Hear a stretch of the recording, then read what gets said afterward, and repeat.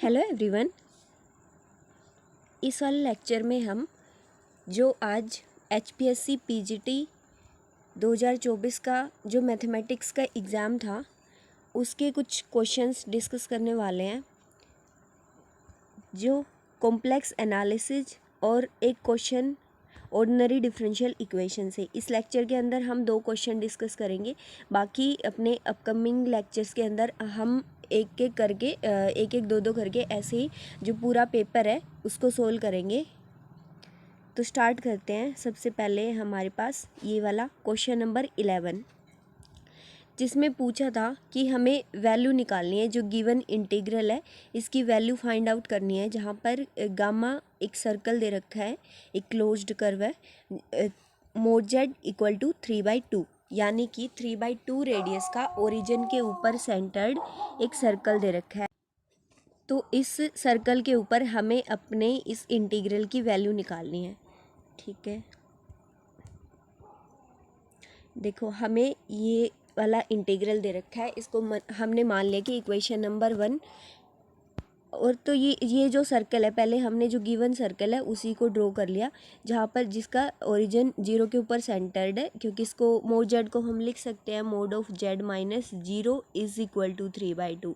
तो यहाँ पर जो सेंटर है वो ओरिजिन है 0 और जो रेडियस है वो 3/2 है।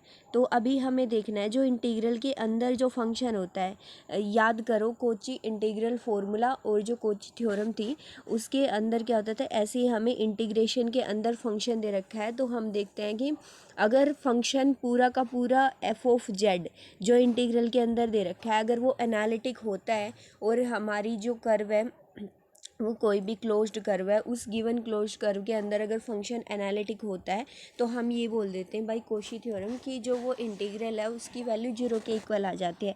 जैसे कि अभी हमने कल परसों वाले लेक्चर में हमने जो गेट के लिए जो सीरीज स्टार्ट करी है उसमें हमने इस टाइप के क्वेश्चन करे थे। तो लेकिन और जब एनालिटिक नहीं होता तब हमें कोशी इंटीग्रल फॉर्मूला होता है। जैसे अगर ओवरऑल फंक्शन, तो यहाँ पर क्या दिया हुआ है, ई की power z upon z minus 1 into Z plus 3 का होल स्क्वायर दे रखा है। तो ओवरऑल तो ये फंक्शन एनालिटिक नहीं है, क्योंकि यहाँ पर 1 के ऊपर सिंगुलैरिटी है इस गिवन फंक्शन में, तो हम कोशी थ्योरम तो अप्लाई नहीं कर सकते। पर हाँ, कोशी इंटीग्रल फॉर्मूला अप्लाई कर सकते हैं, जिसको हम इसको ऐसे करके लिख सकते हैं, ई की power z upon z plus 3 का whole square upon z minus 1 करके लिख लिया हमने, क्योंकि उसके अंदर क्या था कोशी इंटीग्रल फॉर्मूला में कि यहाँ पर ऊपर कोई ना फंक्शन दे रखा है जी ऑफ जेड और नीचे जेड माइनस ए लिख रखा है। ठीक है, और अगर हमें इसका इंटीग्रेशन करना है और जो भी हमारी गिवन क्लोज्ड कर्व है ना, ये ए उसके इनसाइड का पॉइंट है, तो इस इंटीग्रल की वैल्यू किसके इक्वल आ जाती थी, 2 पाई आयोटा इंटू जो ऊपर जो जी जेड फंक्शन दे रखा है जी ऑफ जेड, उसकी वैल्यू किसके ऊपर आ जाती है, जेड इज इक्वल टू ए के ऊपर। तो यही था कोशी इंटीग्रल फॉर्मूला। ठीक है, हमने इसका जर्नलाइज्ड वर्जन भी देखा था।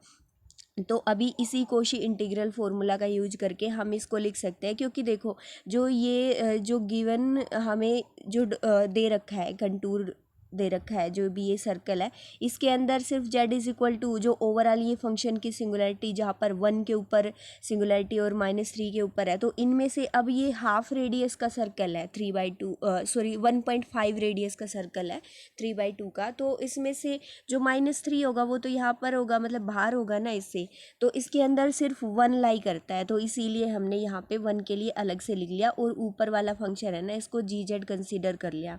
ठीक है, तो अब हम क्या कर सकते हैं, कोशी इंटीग्रल फॉर्मूला जब अप्लाई करेंगे तो ऐसे ही होता है ना, ऊपर जी जेड होता है, नीचे जेड माइनस ए टाइप का होता है। तो ए हमारा यहाँ पर क्या है, 1 है, जो कि हमारे सर्कल के अंदर लाई कर रहा है। ठीक है, तो उसमें ये होता है कि ये सर्कल, यहाँ पर सर्कल दे रखा है, कोई भी क्लोज्ड कंटूर होता है, तो ठीक है, इलिप्स टाइप का भी हमने देखा था, और इस तरीके से तो हमारा ये कंटूर ही है, सर्कल भी। तो अब यहाँ पर हम इसको क्या लिख सकते हैं, 2 pi iota into g of z की वैल्यू यहाँ पर निकालते हैं, ए के ऊपर होता है, तो ए हमारा 1 है, तो at z is equal to 1, यही हमने लिख दिया बाई कोशी इंटीग्रल फॉर्मूला। ठीक है, तो अब इसको लिख सकते हैं 2 pi iota into g of z की वैल्यू यहाँ पर पुट कर दी, इसकी जेड इज इक्वल टू 1 पे वैल्यू निकालनी है। ठीक है, at z is equal to 1, तो अब यहाँ पर जेड की जगह पर 1 पुट कर दिया तो ये आ गया ई की पावर 1 इंटू यहाँ से हमें मिल गया 1 + 3 का होल स्क्वायर यानी कि 4 का होल स्क्वायर। तो ये आ गया 2 पाई आयोटा इंटू ई अपॉन 4 का होल स्क्वायर हो गया 16। तो ओवरऑल ये वैल्यू आ गई पाई ई आयोटा बाई 8। ये आंसर आ गया जो हमें अपने इंटीग्रल की वैल्यू निकालनी थी। ठीक है, आई होप ये अच्छा क्वेश्चन था, आसान भी था, तो आप लोगों ने सही कर दिया होगा इसको। इसके बाद है ये वाला जो क्वेश्चन नंबर 18 था ऑर्डिनरी डिफरेंशियल इक्वेशन का।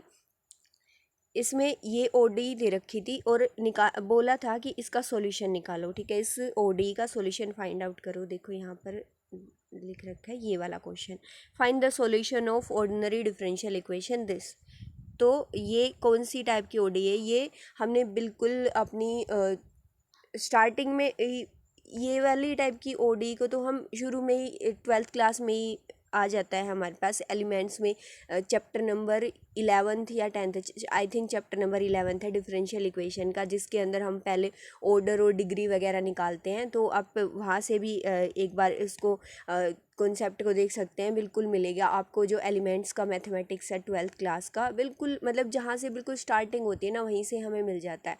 और उसके बाद फिर ग्रेजुएशन में भी आते हैं यही वाले कॉन्सेप्ट, फिर आगे भी आते हैं। मतलब मैंने बिल्कुल स्टार्टिंग में बताया कि मतलब अगर किसी ने बिल्कुल मतलब मान लो वहाँ से बिल्कुल बेसिक से देखना है तो वहाँ से मिलते हैं। बाकी फिर हम देखते तो इनका हम सॉल्यूशन निकालते थे, वो इसी तरीके से आता था कि पहले तो। और ये कौन सी टाइप की ओडी है, ये कांस्टेंट कोफिशिएंट के साथ है, क्योंकि देखो यहाँ पर ये वाले दे रखे हैं ना जो कोफिशिएंट दे रखे हैं, जो डिफरेंशियल्स के जो कोफिशिएंट है वहाँ यहाँ पर कांस्टेंट है। मतलब एक्स टाइप के एक्स के कुछ फंक्शन टाइप के नहीं है, कांस्टेंट है यहाँ पर। जैसे यहाँ पर 1 इंटू दिस है, -3 इंटू दिस है, 2 इंटू दिस है, तो ये कांस्टेंट कोफिशिएंट वाली ओडी है।